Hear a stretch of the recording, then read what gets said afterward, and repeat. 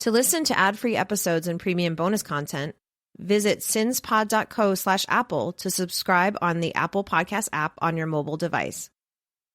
Hey listeners, we want to hear from you. Head over to our Fanlist page and send us your questions, leave us voicemail, or subscribe to ad-free and exclusive bonus content. Visit fanlist.com/sinsandsurvivors to connect with us today. The following episode discusses topics related to domestic violence, including detailed accounts and descriptions that some listeners might find distressing or triggering. Listener discretion is advised. Shauna and George Tiaffay appeared to be the ideal couple to everyone around them. Their friends and family were sure they were perfect together.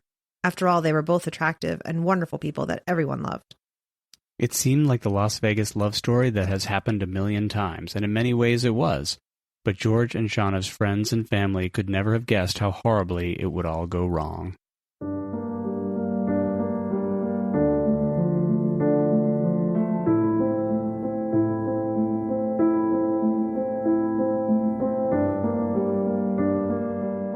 Hi, and welcome to Sins and Survivors, a Las Vegas true crime podcast where we focus on cases that deal with domestic violence.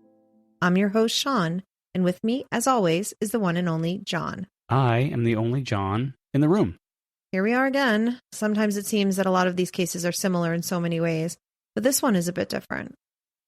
Also, there's another detail that we'll discuss later that makes this one feel a lot different. Do you want to get us started by talking about our victim, Shauna Tiaffay? Sure thing. Shauna Tiaffay was born on March 13th, 1966 in Salt Lake City, Utah, to William and Nancy Thompson. She has 5 brothers and 1 older sister, Paula. Shauna lived in Utah until 1978 when she moved to Pennsylvania and then finally to Northern Virginia, where she attended middle school and then graduated from South Lakes High School in 1984. Shauna was very popular. She was a cheerleader in high school who loved reading and drawing, and according to her friends, she was a girly girl whose favorite color was pink. She loved to sing and dance, and everyone who knew her agreed that she was very generous and caring. She moved to Las Vegas at the age of 28 in 1994 to be closer to her sister, although her sister and brother-in-law eventually moved away from Las Vegas to Nashville. She worked in upscale retail stores like Saks Fifth Avenue selling cosmetics until she got a highly sought-after job at the Palms when it opened in 2001 as a cocktail waitress. If you've never been to Las Vegas and experienced that world, cocktail waitress jobs can pay extremely well. They make their hourly wage, but most of their money will come through tips. And even back in 2001, she could make up to $500 a night, which would be closer to $850 a night in 2024. If you do the math on that, it could be nearly $300,000 a year in 2024 dollars. So many nights they'll turn in a stack of chips as the greater part of their pay. One of the most common things people had to say about Shauna, beyond what has already been said, is that she was extremely pretty. And in the casino environment, that's going to attract a lot of attention. And in 2001, it attracted the attention of George Tiaffay. George was 6 years younger than Shauna. He was born September 15th, 1972, and grew up on a chicken ranch. His father died when he was young, and George worked hard on the farm and eventually excelled in school. He was his high school valedictorian and graduated from West Point Military Academy in 1994. His friends and family often said that George was very service-oriented. More than one of them said that George claimed his purpose was to serve in whatever capacity he could. And serve he did. In his career, he joined the Army Corps of Engineers, where he worked on projects like building schools and water systems in third world countries. Eventually, he left the military and took a civilian engineering job, but didn't love working in an office environment. So he decided to shift, as people often do in their careers. He joined the fire department in Las Vegas and became an EMT at the level of EMTI, the intermediate level of EMT, just below paramedic. So he was out there helping people and fulfilling the role of first responder, always serving. In 2002, George met Shauna at the Palms, and things must have been going well because their daughter was born about a year later. Their daughter's name isn't important to the story, so as we typically do, we'll just keep her name out of this episode.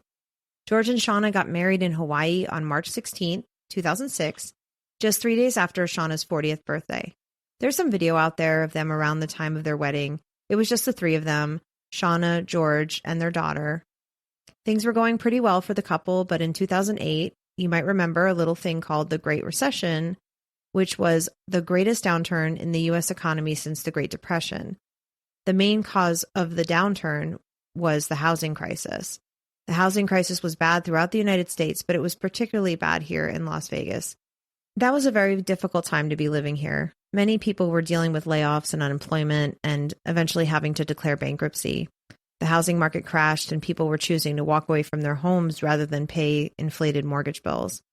But one haunting thing for me from the work I was doing at the time was that in 2009, Nevada was number 1 in the nation per capita for femicide, for women being murdered by men. There were 35 femicides that year, or a rate of 2.7 per 100,000 people. The national average that year was 1.25 per 100,000.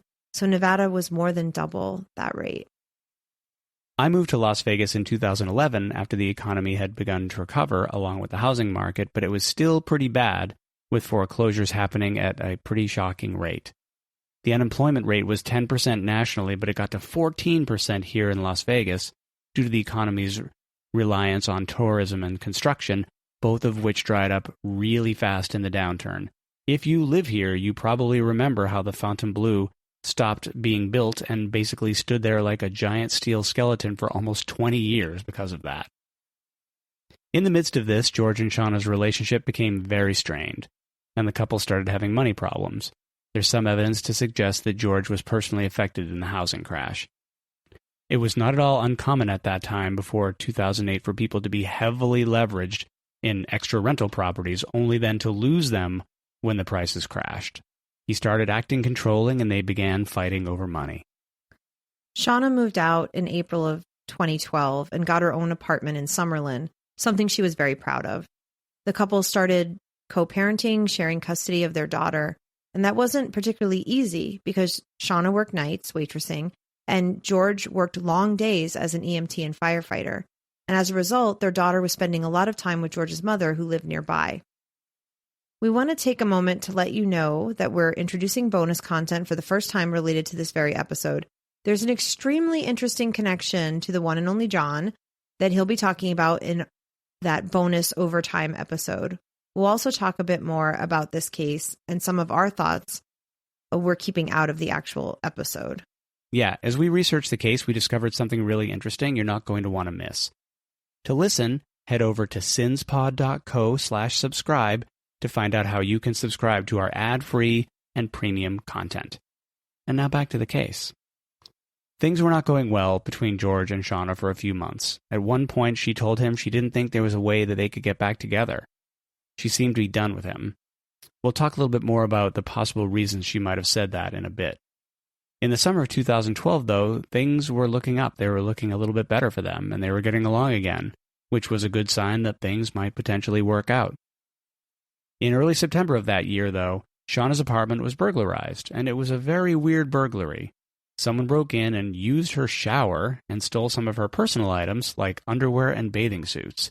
She was understandably creeped out, but must have assumed it wasn't going to happen again because there was no evidence of her making any sort of security upgrades to her apartment or anything like that. Shauna worked the evening of September 28th, and early in the morning at 3:01 a.m. on the 29th of September, there is surveillance footage of her clocking out from the Palms and walking to a remote employee lot to drive home. That footage is the last time Shauna is seen alive. Around 9 a.m. on September 29th, George came by her apartment because their daughter needed to pick something up. When they arrived, he noticed that the garage door was open, which was not normal. George walked in through the garage door and made a horrible discovery. Shauna had been brutally murdered. As an EMT, he immediately recognized that she was gone and called 911 to report what had happened. She was murdered in a horrific fashion, apparently with some sort of blunt object, which the police soon began to assume was a hammer, and this was later confirmed by autopsy. When the police arrived, they interviewed George immediately at the scene. He identified himself as a firefighter and EMT and explained that he had just worked an overnight shift. They checked out his story, and it was true. George had a rock-solid alibi for the night. Police believed that Shauna had come back from work and someone was lying in wait in her apartment and attacked her. With George's alibi, investigators didn't have any suspects in the murder. They aren't sure at this point if there's some sort of sexual predator or possibly someone stalking casino employees or just it was just some random attack.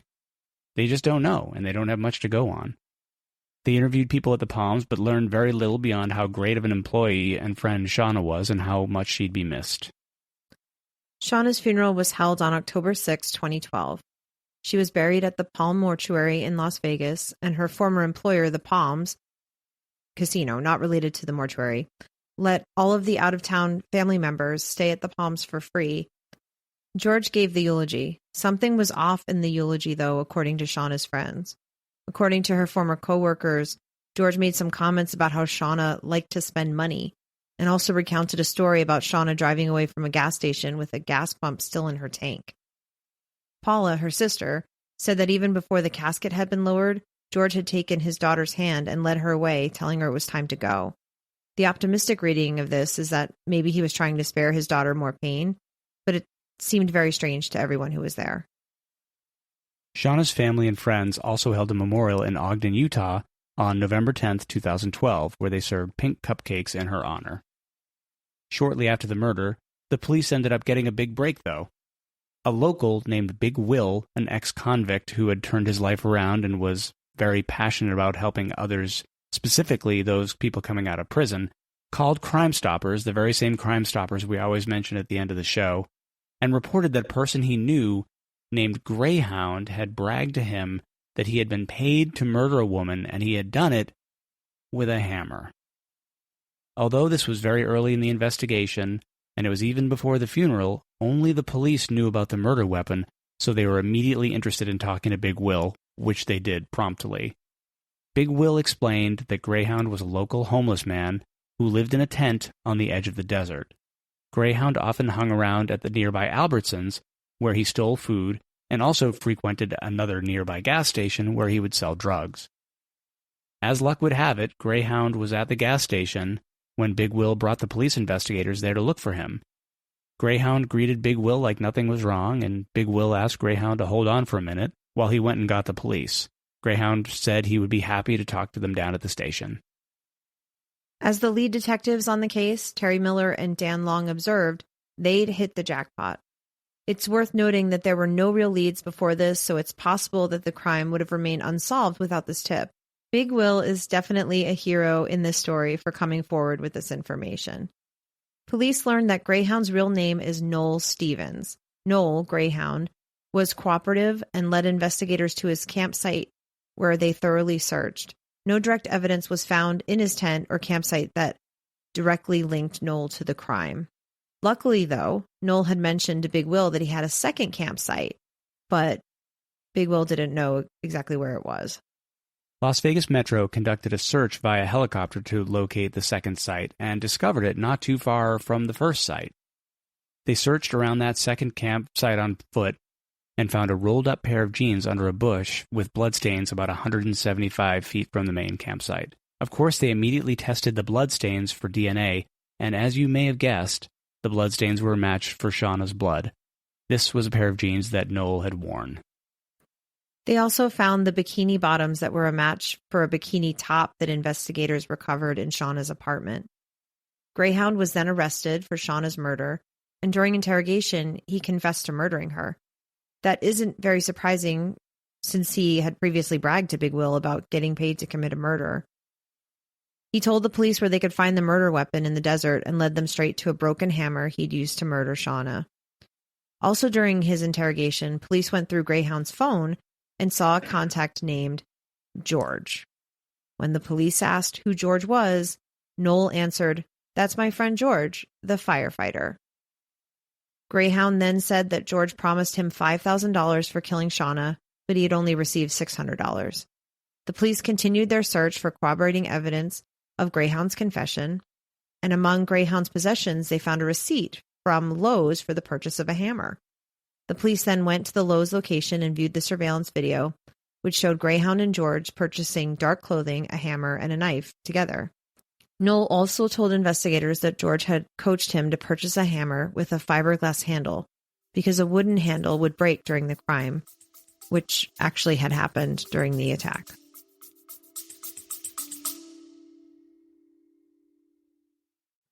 Hi, it's Sean from Sins and Survivors, joined by the one and only John. I am the only John in this advertisement.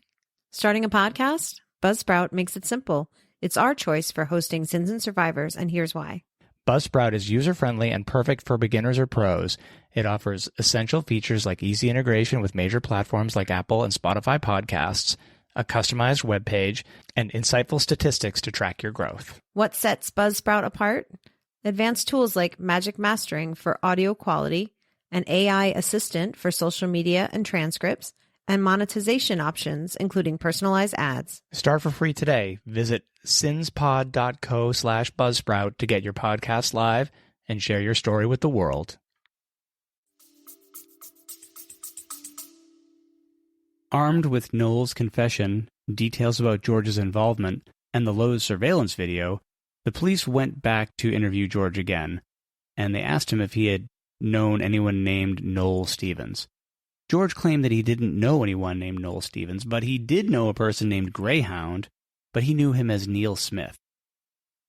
George had claimed that he and Shauna had been helping him out, and that he had been trying to turn his life around, and that Noel had done work for them as a handyman. However, during the exchange with the investigators, George inadvertently used Greyhound's real first name, Noel. So that's pretty damning, because George had just claimed to know Greyhound as Neil, and now George was referring to him as Noel, saying things to the effect of, "Noel would do odd jobs for us," or "Noel would drink a beer or two."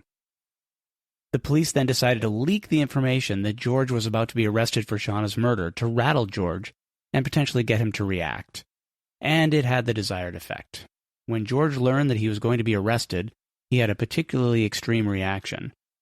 On October 8th, 2012, just 9 days after the murder, George dropped his daughter off at his mother's house and sped off down the Summerlin Parkway, weaving in and out of lanes and driving straight into a concrete barrier where the road dead ends. Police have said this was an obvious suicide attempt. We question that because when he hit the barrier, he was wearing his seatbelt, so he was only very slightly injured. He was recovering in the hospital, though, when he was informed that he was being arrested for the murder. George was placed under arrest and charged with 5 felonies: conspiracy to commit murder, conspiracy to commit robbery, burglary while in possession of a deadly weapon, robbery with a deadly weapon, and, of course, first-degree murder with the use of a deadly weapon. He was also charged with 2 gross misdemeanors, including possession of burglary tools and conspiracy to commit burglary. Shauna's sister Paula and Shauna's friends from work were not at all surprised that George was a suspect. We didn't mention this earlier, but Paula and her husband John had been involved from the beginning and were doing their own investigation, and they were convinced that George had something to do with the murder. According to Paula and Shauna's friends, George had put Shauna through years of verbal and physical abuse. They knew that George was violent towards Shauna. This is a quote from Paula. "We were careful not to point fingers, but really in my gut and my heart, I've just known all this time that George was somehow involved." Paula said that George would grab Shauna, hold her against the wall, and scream in her face. He was controlling, and he would demean her and insult her. Her friends at work had seen the text messages that he would send her, where he would text her something nice, but she was busy at work, and if she didn't answer fast enough, he would turn on her and curse her out. Another friend said that Shauna didn't know who she'd get with George. He was Jekyll and Hyde. And according to Shauna's boyfriend, Alberto, George would be emotionally abusive towards Shauna in front of their daughter, saying things like, "Your mom doesn't love us." "I thought George was responsible immediately," Alberto has said. Even Greyhound, Noel Stevens, said that the couple had been fighting, and George said she spent too much money. So it seems a lot of people were aware of what Shauna was going through. However, George's friends and family members were adamant that George was not like that. He was a kind and generous person, and they insisted that he had never been violent. They do not believe he was abusive or that he had anything to do with Shauna's murder. The trial began in July 2015 in the 8th Judicial District Court before District Judge Eric Johnson. Paula and Shauna's friends showed up to the trial every day dressed in hot pink for Shauna. The prosecution focused on the relationship between George and Noel Stevens, saying that George had used Greyhound as a tool in order to murder Shauna. Big Will testified about what Greyhound had told him that led him to call in that tip, and Paula testified about George's abuse of Shauna and how she had told Shauna to move out.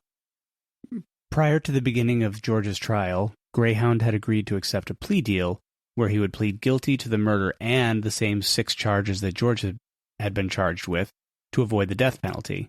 One of the requirements of the plea deal was that he would testify against George. Noel was the key witness for the prosecution. His testimony was blunt and graphic and must have been absolutely horrible for Shauna's friends and family to listen to. He described how George and he had discussed different ways that Shauna could be murdered, different means, different locations, maybe in the parking lot at work or maybe at the house. Greyhound said that he scoped out Shauna's house 20 times and that George had given him a key to the apartment. The prosecution also provided evidence that corroborated and strengthened Greyhound's testimony. They produced mobile phone records that showed George had called Greyhound more than 80 times in the month before Shauna's murder. They showed the surveillance footage from Lowe's that showed Greyhound and George shopping together for dark clothing, gloves, knives, and a hammer. They even had footage of George having a copy of a key made that prosecutors said was the key that George had given to Greyhound, and they recovered this when they did the search. George had told Greyhound to make it look like a robbery, according to Greyhound. George had also told him that it looked better for George if he and Shauna were getting along, and that it would raise less suspicion if he was getting along well with her, which kind of explains why they were getting along better during the summer of 2012. I want to read one of the most stunning exchanges during Greyhound's testimony. Prosecutor Mark DiGiacomo asked Greyhound, "Who told you to make it look like a robbery?" And Greyhound replied, "George did." And Greyhound went on to explain that he had left the apartment, and when he left the apartment, he left the garage door open. "That's a sign," Greyhound said. DiGiacomo, "A sign to whom?" George. DiGiacomo, "For what?" "To let him know that it is done." To me, this is one of the most diabolical and twisted parts of this whole story. First of all, when George pulled up to the house that morning with his 8-year-old daughter, and he saw the garage was open, he knew exactly what he would find inside. Prosecutors have said he walked his daughter into that house. He used his daughter as part of his alibi. He couldn't have had anything to do with it, right? Because he wouldn't have let his daughter come in the house with him. Also, he had Greyhound break into Shauna's house a few weeks prior, crafting a way to mislead the police that Shauna's murder was due to a home invasion or a robbery. There are so many twisted aspects to this crime, and you just listed a few of the craziest ones, but they almost got away with it. And that is the thing that really gets me. During the trial, George was represented by a lawyer named Robert Langford. Their case was built around the premise that Noel had acted alone, and they worked overtime trying to impugn Noel as being crazy as an outhouse rat. That's a quote. Exposing that he heard voices and that he was an alcoholic. The defense really tried to poke holes in the prosecution's case. Specifically, while cross-examining Big Will, they got him to admit that he thought Greyhound was a liar. Also, the actual hammer that Greyhound led police to, the murder weapon, wasn't the hammer that was seen being purchased in the Lowe's security footage. The defense also tried to explain away the security footage of them shopping together as an example of George's generosity. Since Greyhound lived out in the desert, George was helping him out by buying camping gear and supplies. When Greyhound was cross-examined, he admitted to drug use and alcohol abuse. He said that he heard voices, and very importantly, one of the members of the jury submitted a question to Greyhound asking if the voices he heard told him to kill Shauna. For me, that tells me everything I need to know about where the jury's heads were at about Greyhound. Greyhound answered no, firmly, without hesitation, and there's video of that. You can see how quickly he answers. One of the things about Greyhound is that his answers were, as Sean said before, very blunt, very direct, very to the point, and completely deadpan, no matter what it was he was talking about. In the footage of the cross-examination, there's nothing at all that I can see to indicate he was lying about that. And I'll add one more thing about the defense's case. There was evidence that Greyhound had stalked Shauna at her job in the time leading up to the murder. And at one point, he was stopped by police officers or security on the Palms property. And the officers confiscated tools they said would have been used for burglary, including a hammer. So this may explain why the hammer Greyhound had bought with George at the Lowe's was not ultimately the murder weapon, because he had it with him that day. And the officers or security took it from him, so he had to get a different hammer. On September 3rd, 2015, the jury reached a verdict. George was found guilty on all 6 counts, including first-degree murder. He was sentenced on December 1st, 2015, to life plus 81 years for Shauna's murder and an additional 32 years for all the other charges. George's attorney, Langford, tried to argue that George's life of service and the good things he had done with his life should count for something. However, the judge, Eric Johnson, was not swayed by this. The judge was focused on how deliberate George had been in planning Shauna's murder, including how he considered what the hammer needed to be made of. The judge said, "I can't imagine what it would take to break the wooden handle of a hammer, but you pondered that. You were concerned about that. You allowed this to go forward, knowing the most vicious attack that I can imagine was going to happen." The judge also said, "Why you, of all people, would do something that you know would be so cruel to so many people beyond just Shauna. My sentence today is not based upon holding you to a higher standard. My sentence is based upon the fact that this was just pure evil." In 2017, George appealed his guilty verdict. Because of the content of his appeal, his lawyer quit the case and didn't represent him. George submitted the petition himself, and it was over 100 handwritten pages long. The focus of his appeal was arguing that he had ineffective counsel, so you can see why his lawyer had quit. Ironically, George attempted to overturn his conviction by sort of confessing to the crime.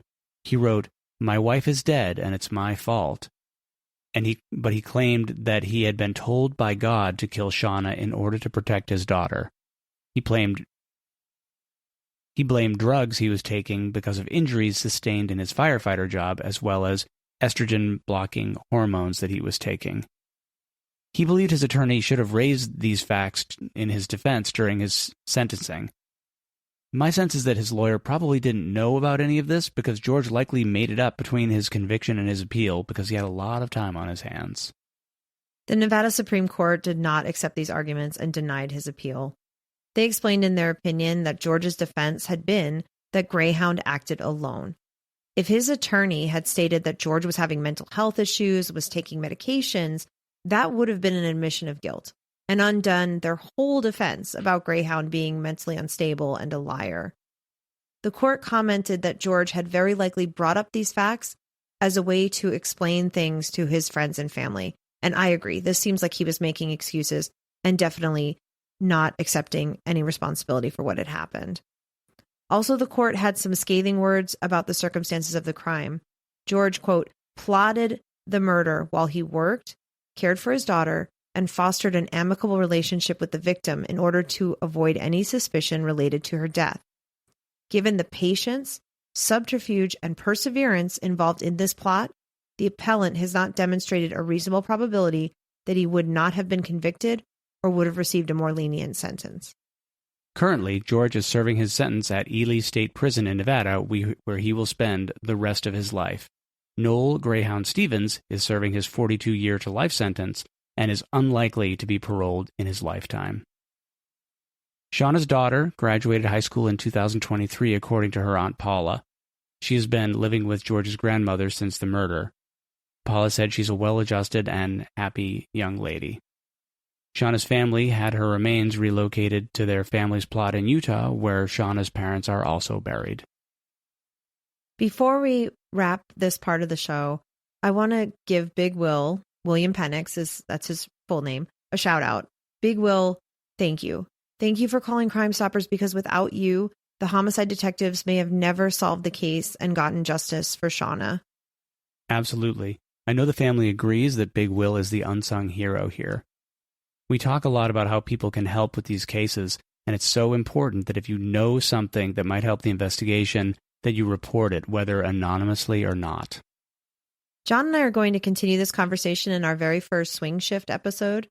Thank you to all of you for listening, and as a reminder to check out sinspod.co/subscribe to support the show and subscribe to our ad-free premium content for bonus episodes, because what happens here happens everywhere.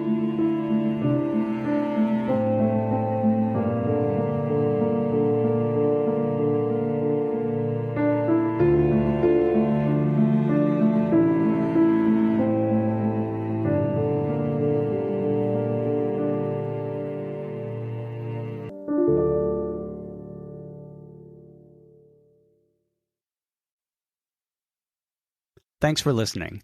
Visit sinspod.co/subscribe for exclusive bonus content and to listen ad-free.